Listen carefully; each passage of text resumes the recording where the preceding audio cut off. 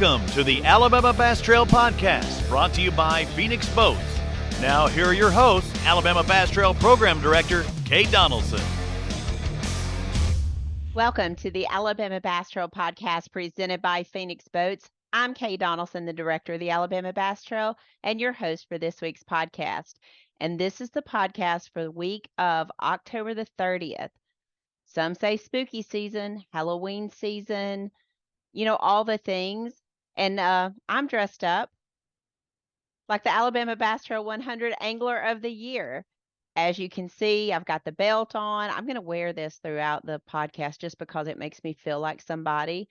But yeah, this is the Angler of the Year belts that some lucky team will take home. There's two of them. I actually have one sitting over here on my bookshelf, but I thought I'd wear this since it is Halloween season. You can dress up, be anything you want to be.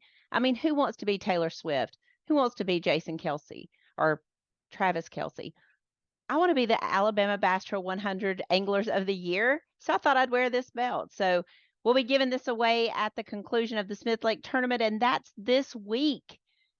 I can't even believe that it's this week.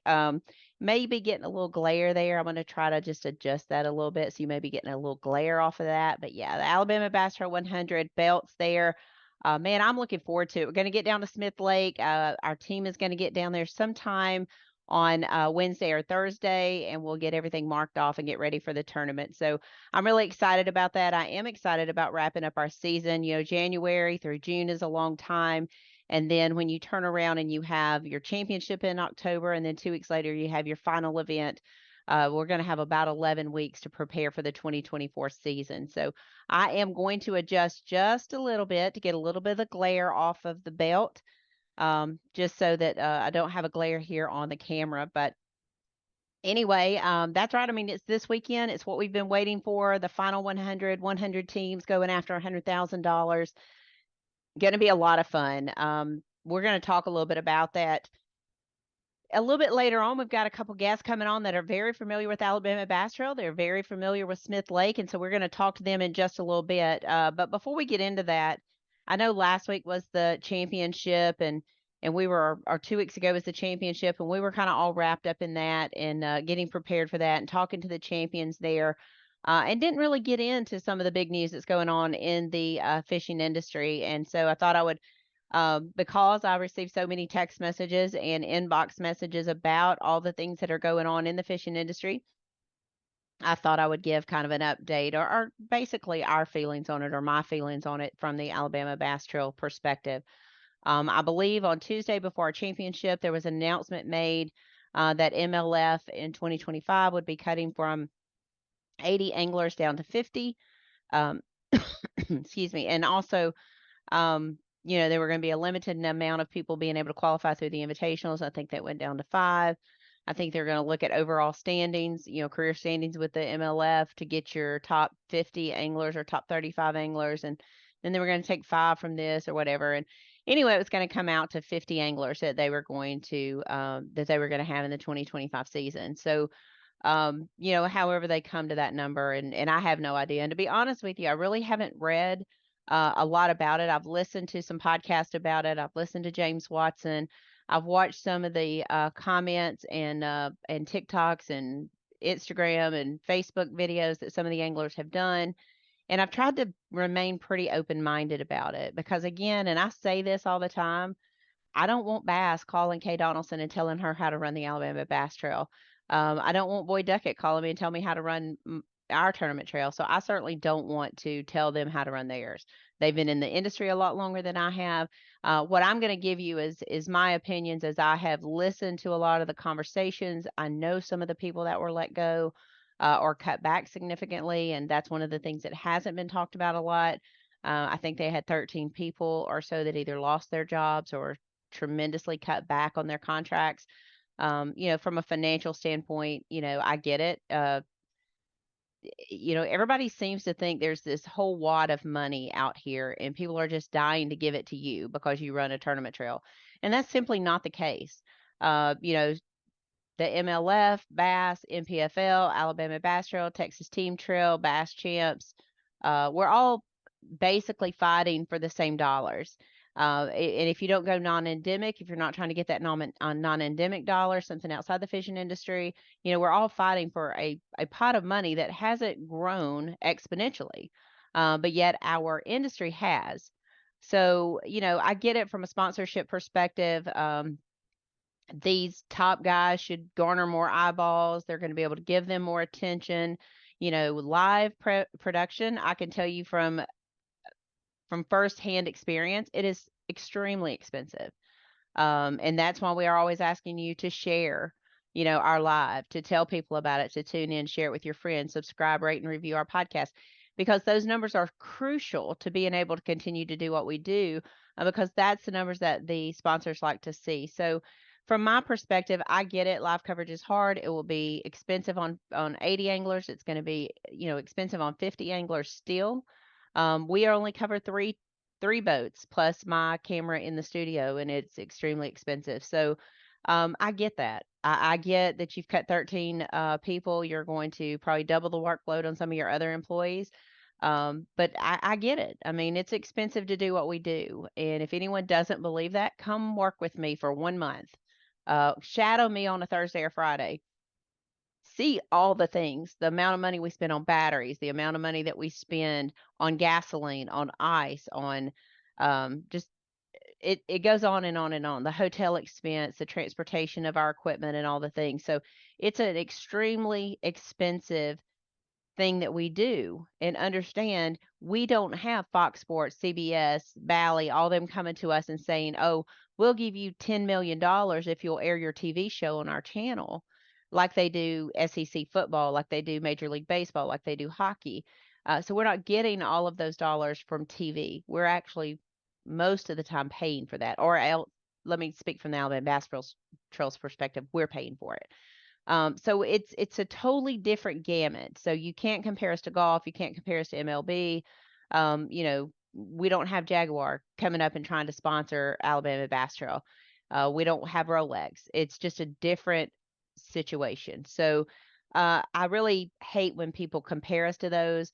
You don't see anyone paying $185 for a ticket to come to a Bassmaster event or an MLF event or a Bass Team Trail event, an ABT event.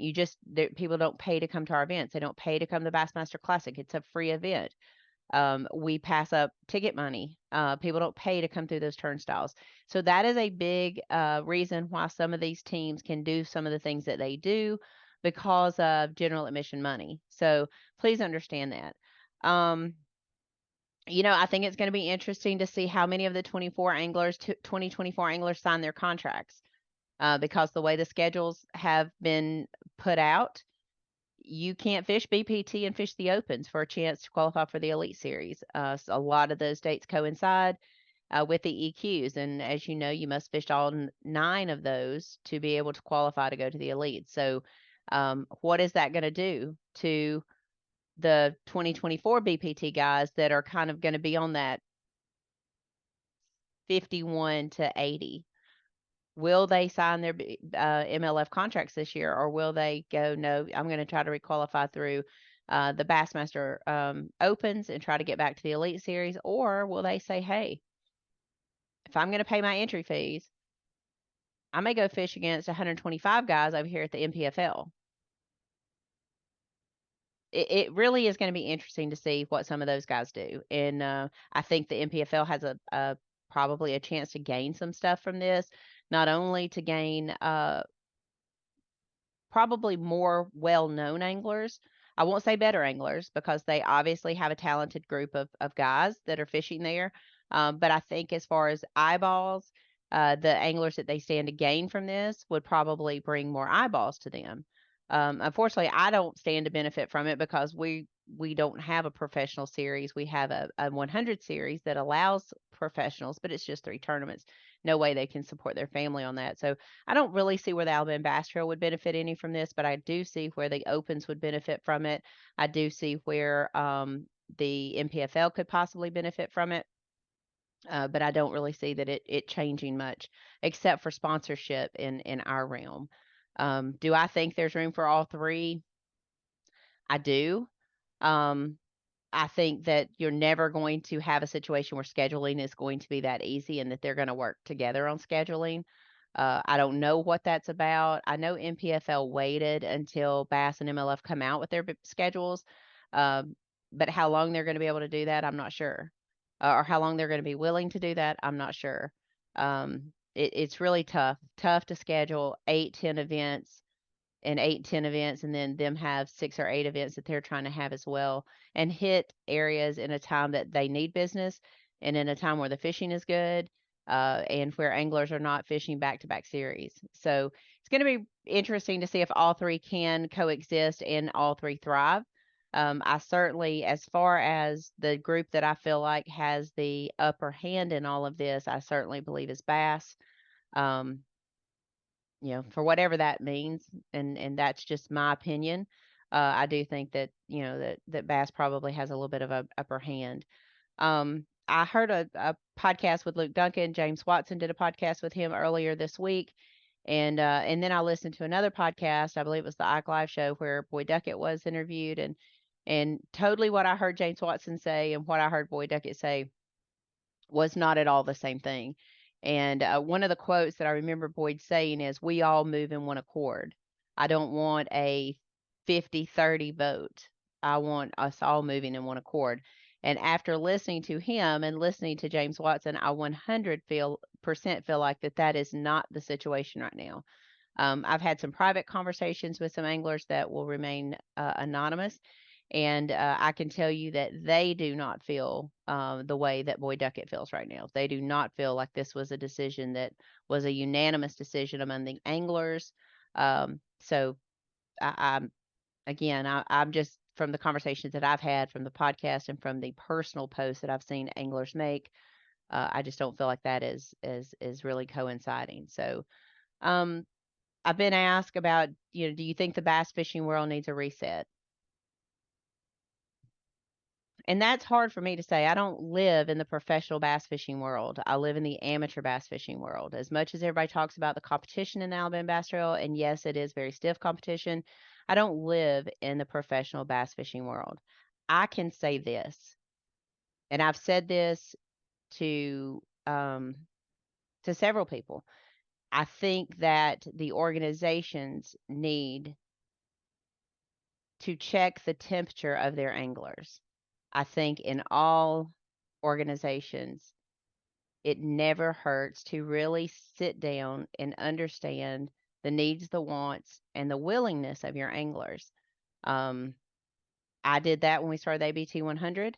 I sat down with about 15 that I felt was a good proxy of our anglers to get their opinions. I also got to hear what they liked about our regular series, what they didn't like about it, what they felt like this series needed to have. And I didn't agree with everything they said. Meetings, they hate meetings. Well, we're still going to have a meeting at the beginning of the year. They brought good things to the table, and we adopted some of those, and some of those we didn't. But I do think that at the professional level, there could be some good to come out of just an open, honest, air discussion that is not biased, that makes it good for the anglers, for the sponsors, for the company, because I don't think there's any angler out here that doesn't want their company, whether it be Bass, MLF, MPFL, ABT, to not make a profit. I don't think there's any angler out here that says, no, you cannot make a profit. But I do think that the anglers feel like that there should be more on the table for the anglers. I think 60%, 70%, 73% paybacks are hard in some instances. I think that those are hard to swallow. And I think one of the things that the anglers are most upset about is the increase in entry fees cut in payout. So that's what I hear. Again, I don't live in that world. I'm just going off of what I hear.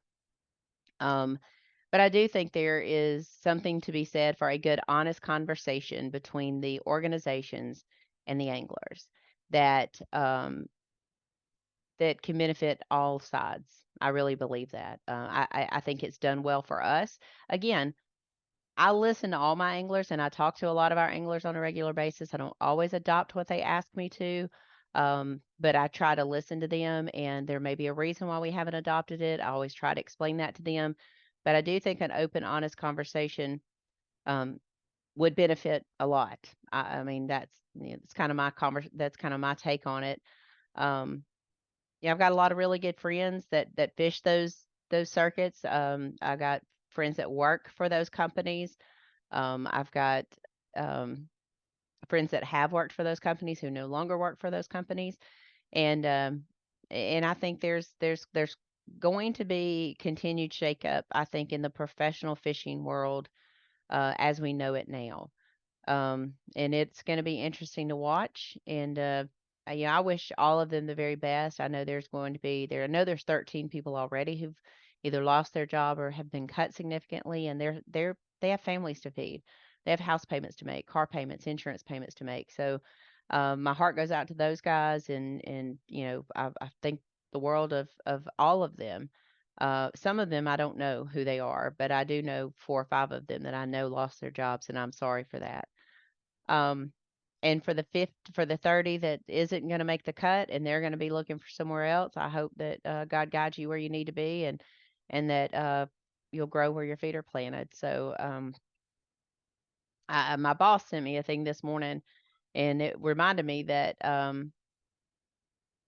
many times in the Bible that it said "do not fear," and it was 365, and I thought that was very interesting that it coincided with the number of days in the year, and one for every day. So and I'm not an overly religious person, but I just felt like that came at a time that I was preparing for this podcast, and I thought, there probably is a lot of uncertainty in people's life right now. There's probably a lot of grief and doubt and worry and all the things, and so that just happened to come to me today, and it came at a perfect time. So I wanted to mention that.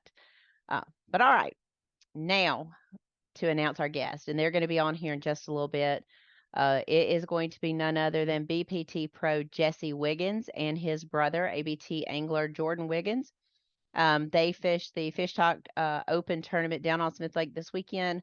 Came in, I think, third place. We're going to talk about that a little bit. I don't plan on talking to Jesse about all of the things going on with MLF. That's not in my notes here. Certainly, if he would like to talk about that, I'll let him do that. But it's not really in our notes to do that. But we're going to talk to them about the ABT 100 coming up on Smith. As you might know, we put our schedule out probably, I don't know, 18 months ago. And they are actually in Missouri practicing for the Toyota Championship. So they may not even get to fish this event. So I thought it was just perfect for them to come on and talk about what they saw this weekend, what they think this weather's going to do, and what we should look for at the ABT 100 on Smith Lake this weekend. So we're going to take a break. We're going to hear from a couple of sponsors, and we'll be right back here on the Alabama Bass Trail Podcast presented by Phoenix Boats.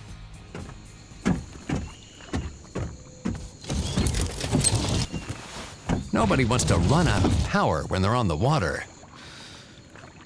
There is a better way.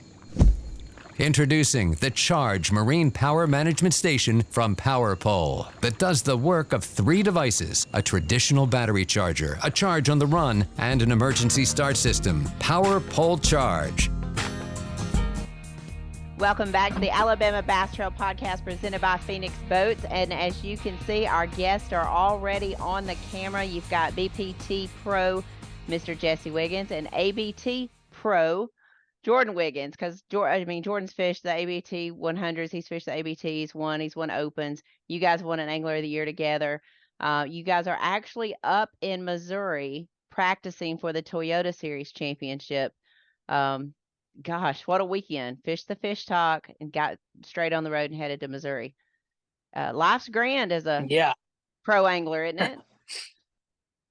I was gone the week before the Fish Talk tournament, so I've been gone from home already a week for the MLF team series. And I drove home Friday night, got home at midnight, and luckily Jordan got to go practice a little bit before the Fish Talk. So the only day I've been on Smith is Saturday. And then we fished that tournament. And then I went to bed, got up, rigged tackle for the Toyota, and then drove up here, be here for a week, and then drive back home to fish the ABT 100. So I'm all over the place. I'll be lucky if I make it to the ramp in the morning. But yeah, it's pretty crazy right now.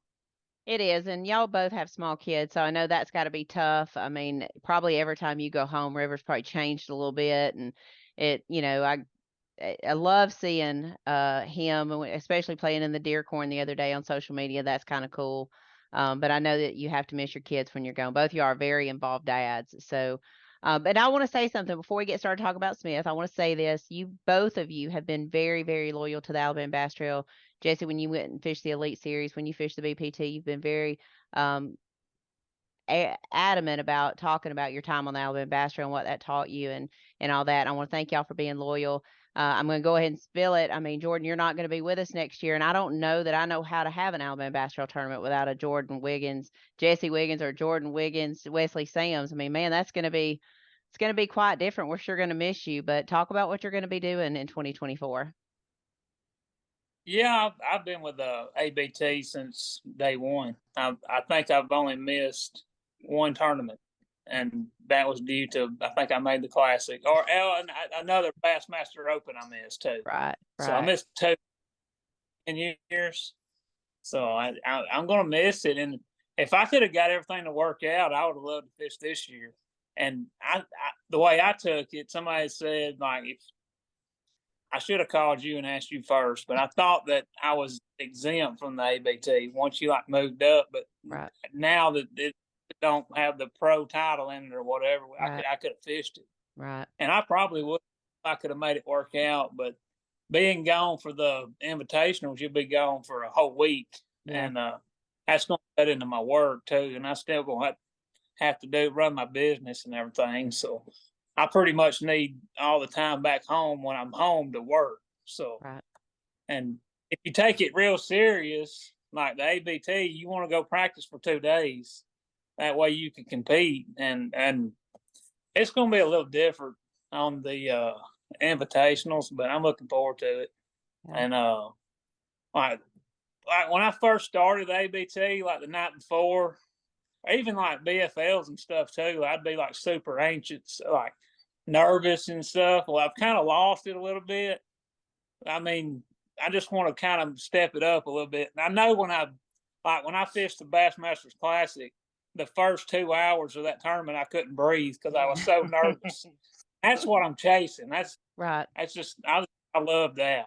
Right. And I feel like it'll get going more once I got more money on the line and I gotta catch it. So Right. I'm looking. Well, and I think we all get to that, and people fish for different reasons. I have some guys that tell me, hey, it's 5 weekends that I don't have to do honeydews. So I'm going to pay my entry fee and I may never get a check, but I got 5 weekends. I can sit by the fire, have a cold one with my buddies, and I don't have to do honeydews.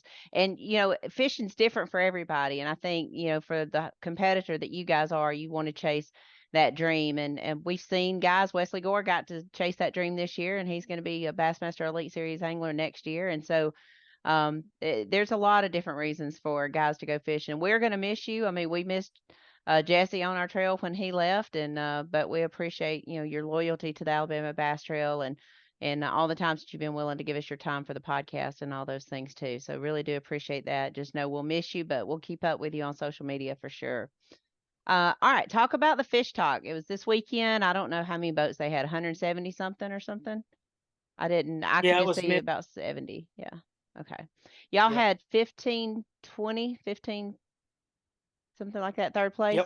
Yep. Did you have largemouth, smallmouth, not smallmouth, largemouth or spotted bass or both?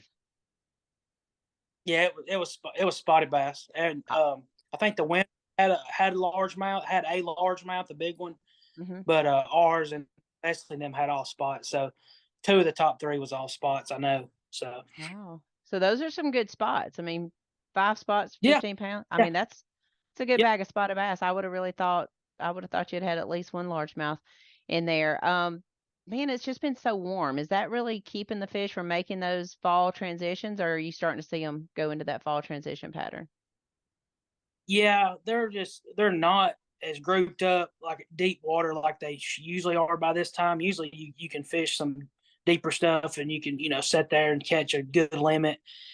It's nothing like that. They're still shallow, and it's this weather coming in. I don't know if it won't hurt it at all. I know. Usually that lake, it thrives on bad weather, cold weather. Yeah, it makes it a little bit.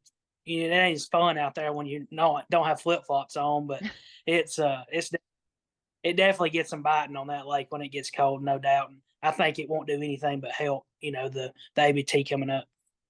Well, you guys probably have more time on that lake than most people in the field. Um, how is it now from you guys used to fish? And I remember going to Smith Lake and there would be 6 boats in the parking lot because nobody liked Fish Smith Lake. But now you see lots of big time tournaments. You've seen the MLF. You're going to see the Elite Series go there the week before 4th of July, which I still cannot figure that whole thing out. But you're Yeah. seeing the Opens, you've seen the Toyota Series. I mean, you're seeing a lot of big tournaments there. You guys remember when Smith Lake was the lake nobody wanted to go to or nobody knew to go to? What do y'all think about now with all the big time tournaments going to Smith Lake? I mean, the lake has, like, when we started pretty much getting into it hot and heavy, it was like 2012, 2013, when we really got to go in bigger tournaments. And it did. It was kind of tough. Yeah, and 13 pounds was a big bag in the fall. And that was a good bag. I remember 13 winning a lot of tournaments. Then it's like them 2 or 3 years from like 2012 to, I think we had the championship then in 14. Yeah. And that's when it took off. And I think it's because of the blueback. That's what made them spots grow from like 12 inches to 18 inches and 20 inches and weighed 3.5 pounds. Like It's like it happened overnight. Unreal. Well, we talk about that, and then you have the slot limit too, the 13 to 15 inch slot limit. I know DCNR would tell you that that's a big. I kind of thought I was going to get a head nod there, and I kind of got the one I was expecting. So you guys don't agree with the slot limit, or you don't think that it's made a big difference in the slot in the quality of the fish there?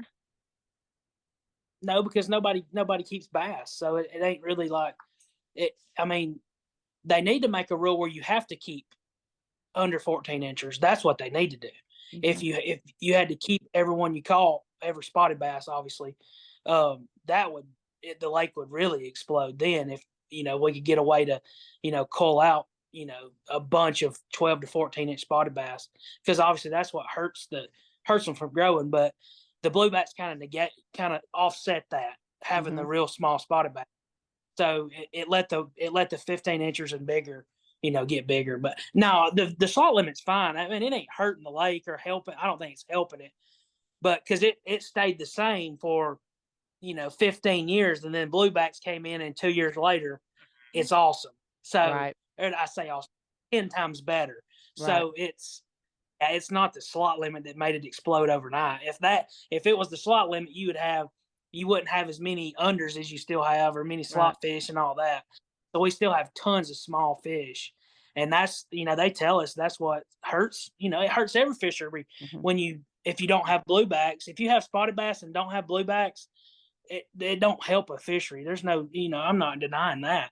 Right. So it's but yeah, the bluebacks is 100% the reason the weights went up and the fishing is better. And like you said, you see people in the parking lot now, even on weekdays that you used to never see, whether it be crappie or bass. There's a lot of other fishermen down there, crappie especially, but as far as bass fishing, you'll go to the dam on a weekday and there'll still be 40 boats in the parking lot, either fishing for bass or crappie or stripes. So it's all due to the blueback herring. There's no doubt about that. I agree. And I think, the publicity that the lake has gotten with you guys, you've done several, been very well known in the opens and in our tournaments and everything. And I think that's brought a lot of limelight to Smith Lake. You guys grew up there, it probably better than anybody. We have the same situation down on Martin. We'll weigh in out of 225 boats, we'll weigh in 215 limits, and you'll have 150 that'll be between 7 and 9 pounds. And as fishermen, we've always say catch, weigh, release, catch, weigh, release, catch, weigh, release. Don't keep them. And now it may have shot us in the foot on some lakes, especially because I believe you could take 100,000 10-inch bass out of Lake Martin, and you would be a lot better off if you took them and harvested them, used them for families to eat or whatever. So we see that a lot down at Lake Martin. Sure. for big spotted bass lakes like that. I promise you, I may fish Major League Fishing, but I skin my fair share of spotted bass. I eat my fair share. I promise. I'm doing my part, y'all. I promise. Well, and we say that at Lake Martin. I mean, that Smith and Martin are so deep, so clear. It is really a good lake for that. Logan Martin, very similar to that as well. So you guys, what boat number were you this weekend? 93, 92 or 93. 93. Yeah, middle of the pack. Middle of the pack. So you had a good time to fish.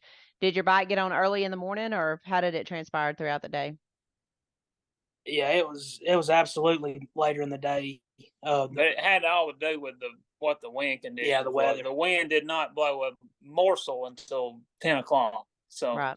I mean, we was just wasting time till 10 o'clock. Yeah, we didn't have a fish that we weighed in until it was probably 11. It was later. Before we even had one we weighed in. So yeah, it was definitely not the morning bite for us, for sure.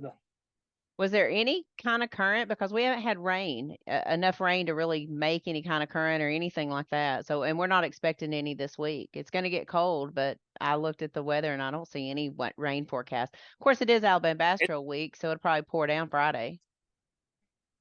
It's all nature down there at Smith Lake. I mean, you relying on wind 100% most of the time. Okay. Unless you got dirt, it don't really matter. But it's so clear, you got to have some wind on some stuff to catch them, especially throwing a moving bait. So. That I think the way Smith handles wind too was one of the reasons we were able to have the tournament a couple years ago when we had the snow and the wind. And I did take a big old tail chewing over that tournament, but it ended up working out. I remember Jesse walking up to me going, "I don't know how you survived this one, but you survived it, and it worked out okay." Because, next to Neely Henry in February, that was the one I've taken the most phone calls, text messages, arguments over. I will still say Neely Henry in February holds the title for that, though. That was one of the toughest Jordan, events. They had a top 10 with 2 bass. Yeah, 2 bass. Yeah, a keeper spot and one big largemouth, and you had a top 10. Hey, as a tournament director, you're sitting there thinking, what if we don't have 40 teams weigh in? What if I have to cut a check for 180 teams and everybody's going to get like 68 cents or something like that? And I'm sitting there just thinking, what if we don't have 40 teams weigh in? What am I going to do with this payout of this much money for 200 teams? What am I going to do? And that literally went through my mind after the first 50 boats. I thought, this is going to be bad. And people coming in, giving their key fobs early. It was rough. Yeah. I can assure we will not be back on Neely Henry in February. I don't blame you a bit. That was brutal. It was. The thing about catch a fish, like them spots are too aggressive. It don't matter if it's minus 30. You're gonna catch one. Mm-hmm. Yeah. So there's too many fish. That's I learned my lesson, and I will not be scheduling Neely Henry in February anymore. So your bag was made up all of spots. Wesley's bag was made up all of spots. I guess that was Brian Morris that had one largemouth in his bag. Okay, so 16, 17, I think was the winning bag. You guys had 15, 20. Any idea? I mean, I don't want to ask you specifically what you were throwing, but can you tell me about how deep you were throwing? Were you on the bank? Yeah, we were fishing shallow all day. Yeah. Top water bait. You can catch fish doing everything down there, of course, but to try to win the tournament, it's definitely a reaction bait for us every time. This time of year. Now later on in the winter, you can catch them on bottom and all that, but it was all reaction baits for us, shallow. So you don't think these temperatures are going to do much in the lines of, I mean, we're going to go from 85 on Monday. Tuesday, it's going to be 58, then 55 on Wednesday, and then we're going to start gradually increasing to 75 on Saturday. But you got lows in the low 40s.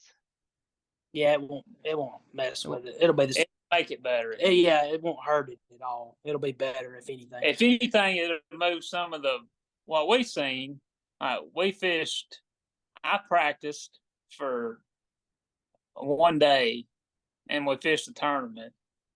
But I never seen a 4-pounder. I caught a lot of between 2.5 and 3.5, but the big fish has not moved up yet.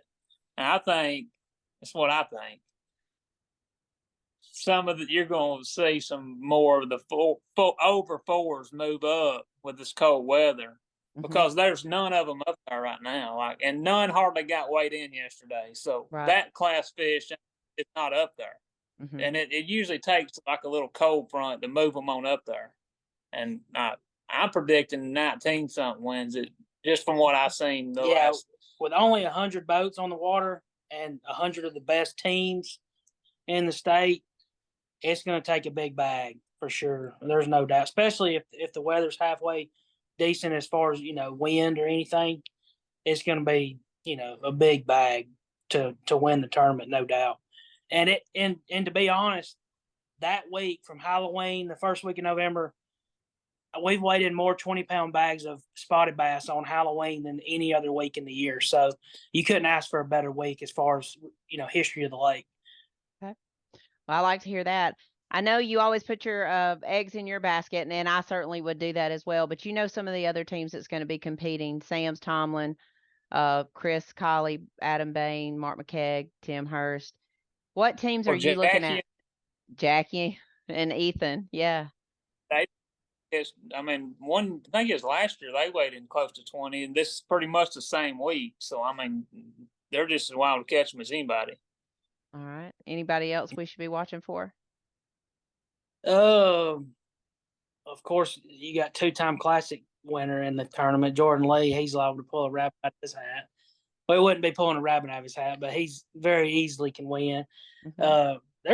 Any team you get on, the right stretch of bank or the right dock or anything, and you can win a tournament, a one-day tournament on that lake, not even knowing you was going to get a bye. Or you pull up on a point and the herring come up blowing or the bass come up blowing herring, and it's game over in 10 minutes. If they're the right school of fish. Yeah.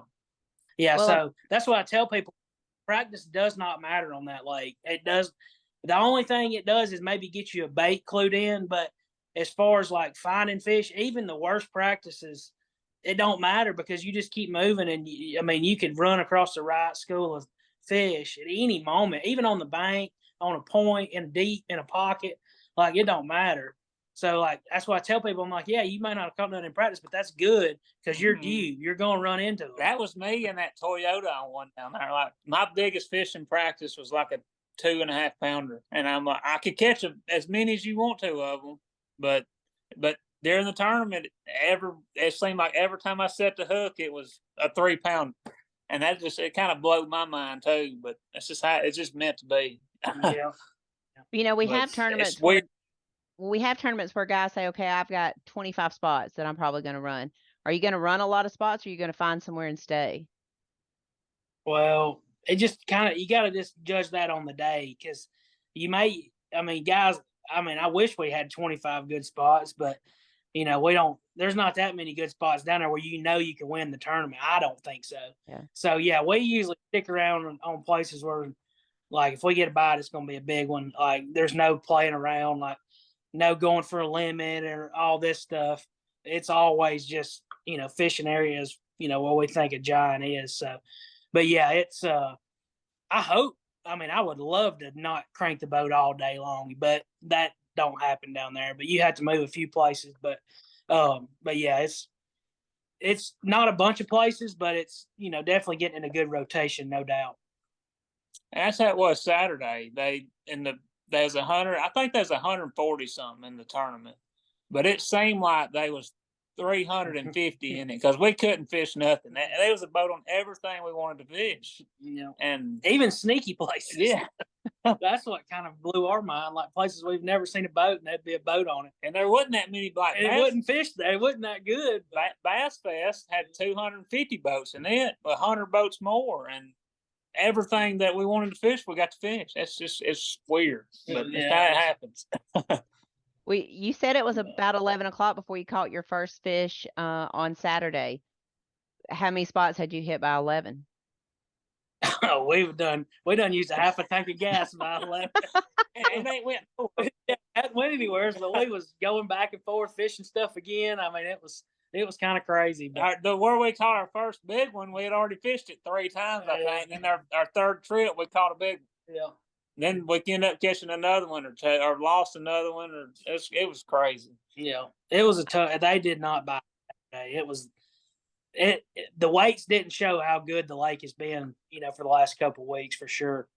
But it'll show out Saturday, I'm sure, with 100 of the best teams on it, no doubt. Yeah.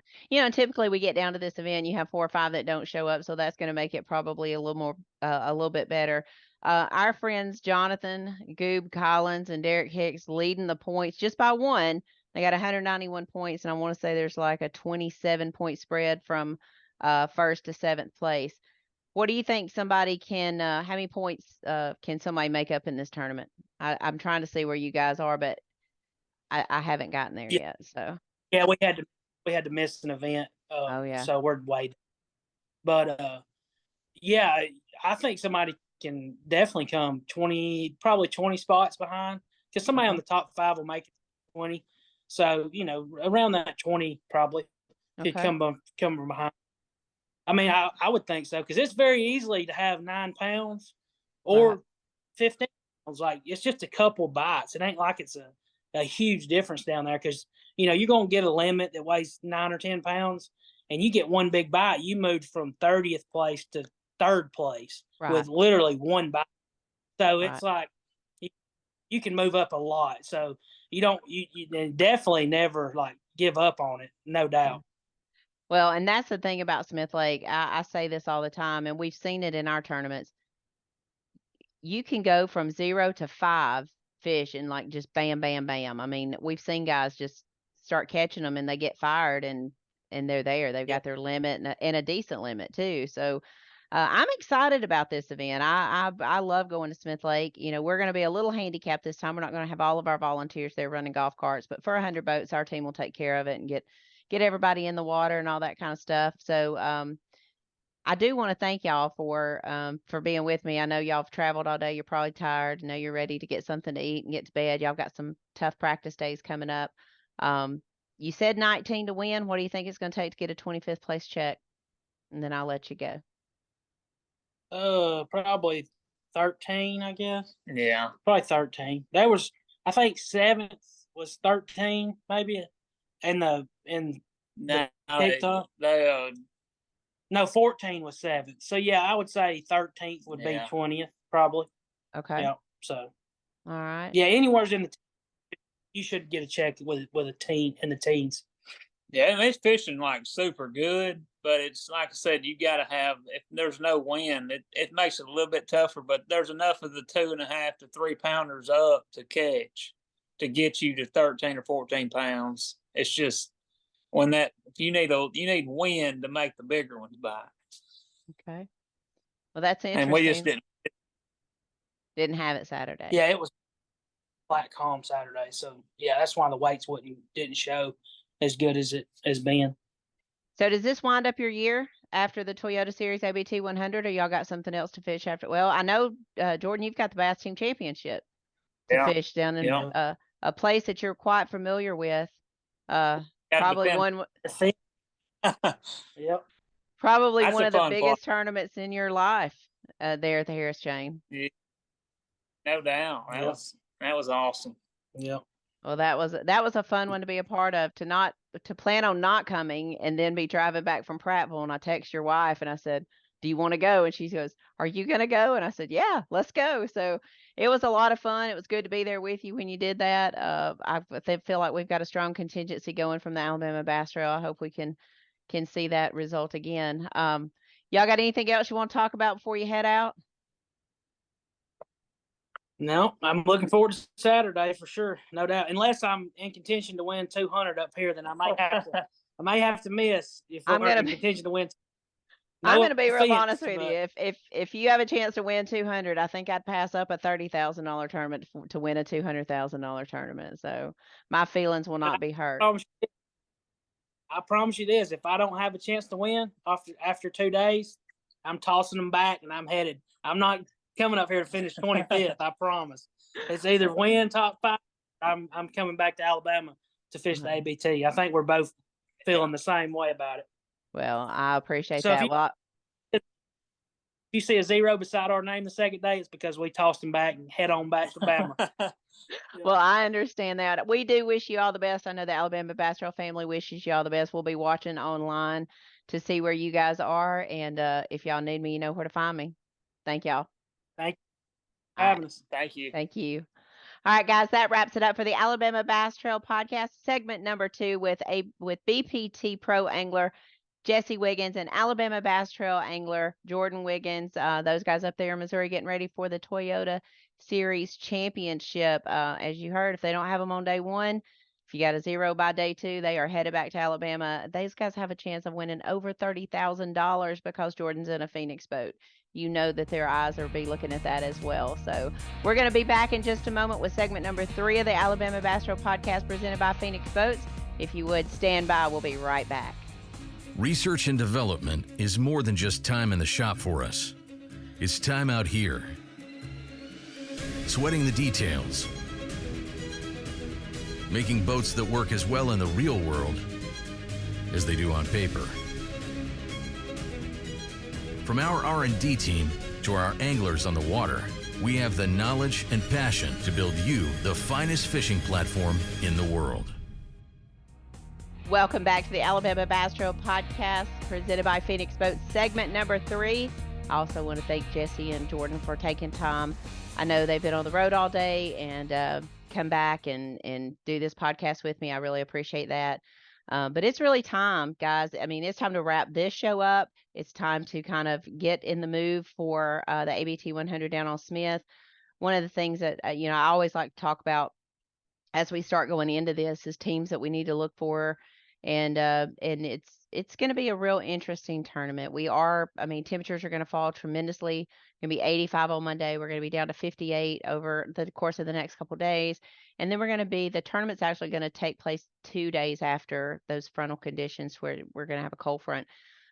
We saw a guy, Terry Tucker, who took advantage of that at Weiss Lake on the day 2 of the front. And can he do that going in on the 100? Him and Jeff Cannon, going to be real interesting to see that. But we talked about some of the teams with Jesse and Jordan about teams that they feel like, are going to be, the ones to watch for. And certainly we're going to have 10 or 12 cameras out. We're going to have our 3 roaming cameras out. So we're going to watch them really closely. So I do thank them for tuning in with us. So before we kind of get into, the final days of this, and this, I do want to talk about the things that there are to do, see, and eat in Alabama. And of course, why not focus on Jasper, Alabama? That's where we're going to be for the ABT 100. So let's talk about it.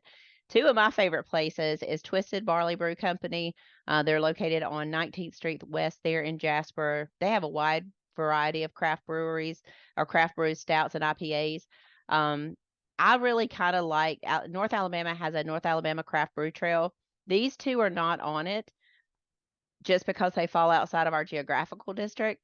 But man, this is a cool place to go. And there's another one there in Jasper, and I really like it too. It's the Tallulah Brewing Company.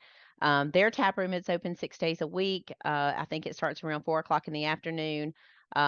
Wide variety of house-made beers, wine, cider, lemonade, and some hard seltzers. The food menu, not too bad either. So they're open 6 days a week, starting at 4:00, I think, till around 11 or midnight at night. They are located on 4th Avenue South there in Jasper. So really cool place. Both of them I highly recommend. I just, I like to experience good craft beer. A glass of craft beer, I find nothing wrong with that.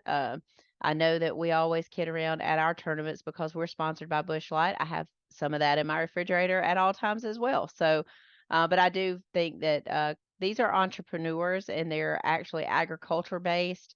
They grow a lot of their own product and they use that product in the making of their craft beer. So I think that's really unique and I think it's great for Alabama. And so I wanted to focus on them here.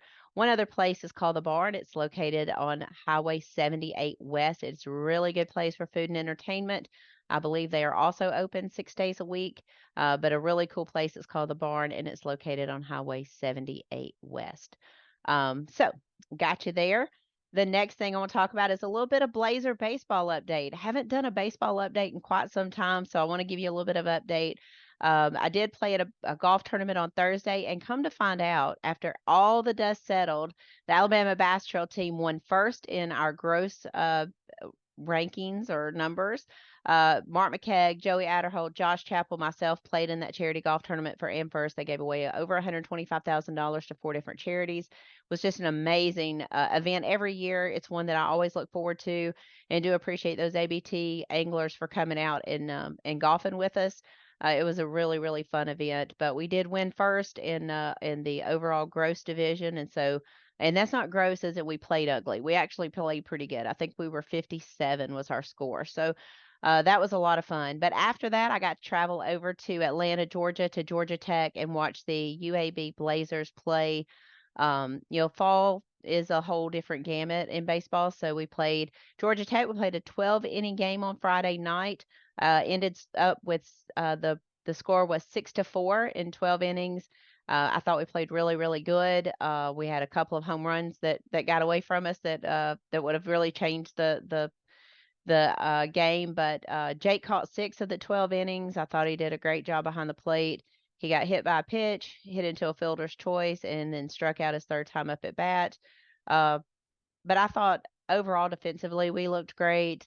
It's really different seeing him in green and gold and white, but I loved it, and I was so thankful to be able to be there. So hopefully we'll see a spring schedule soon, and I'll be able to give you more UAB baseball updates. And he'll be home at Thanksgiving, so I hope that maybe I can get him to sit down with me and talk about the differences of going from Montevallo to UAB. So I wanted to get in that UAB Blazer baseball update. Next up, guys, we are 4 days away. 1, 2, 3, 4 days away from our ABT 100 at Smith Lake. I am looking so forward to that. Talked to Mr. Jonathan Goob Collins today. He's going to be going solo. His partner's dad is got some health issues, and he's going to tend to that. And we agree that that's the most important thing as family, most important thing. So Goob will be going solo out on Smith Lake this weekend, and don't tell anybody, but he's boat number 1. I don't know if it could have worked out any better, being leading the points by 1 point. He's boat number 1 going out, and he's going solo. So we'll see how that ends up for him. But tickled to death for him. I know he's been excited about that. He wants to carry home this belt, and I did assure him that it will fit him. So we're good. So you have 4 days to the ABT 100 down on Smith Lake. We are just over a month away from the final day to pay your payments. December 1st, 2023 is the final day to make ABT 100 payments for 2024. So make sure that you get on there, have your team ID and your PIN number, go in, make your final payment of $1,500 and secure your spot for the 2024 season.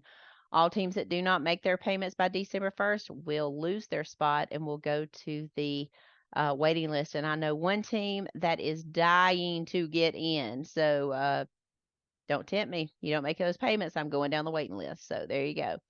All ABT teams, you have until January the 2nd to make your payments, to make any changes to your registration, to add alternates, to change your address, email address, all the things, your boat, all the things.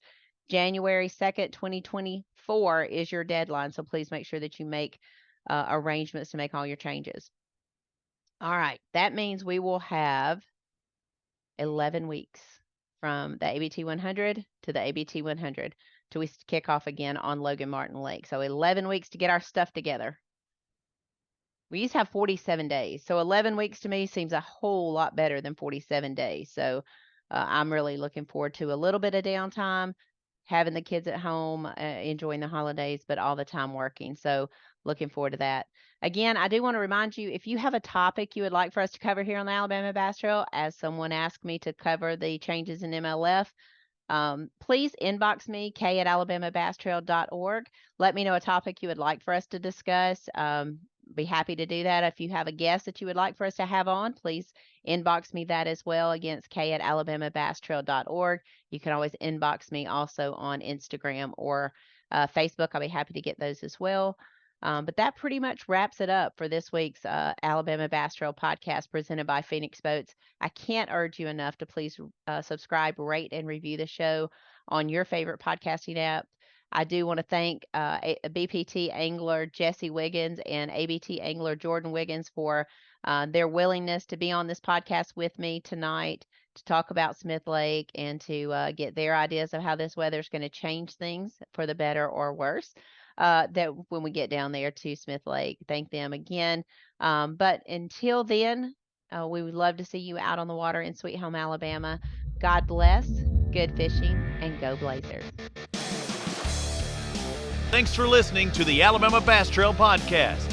To learn more about the Alabama Bass Trail, make sure and visit alabamabasstrail.org.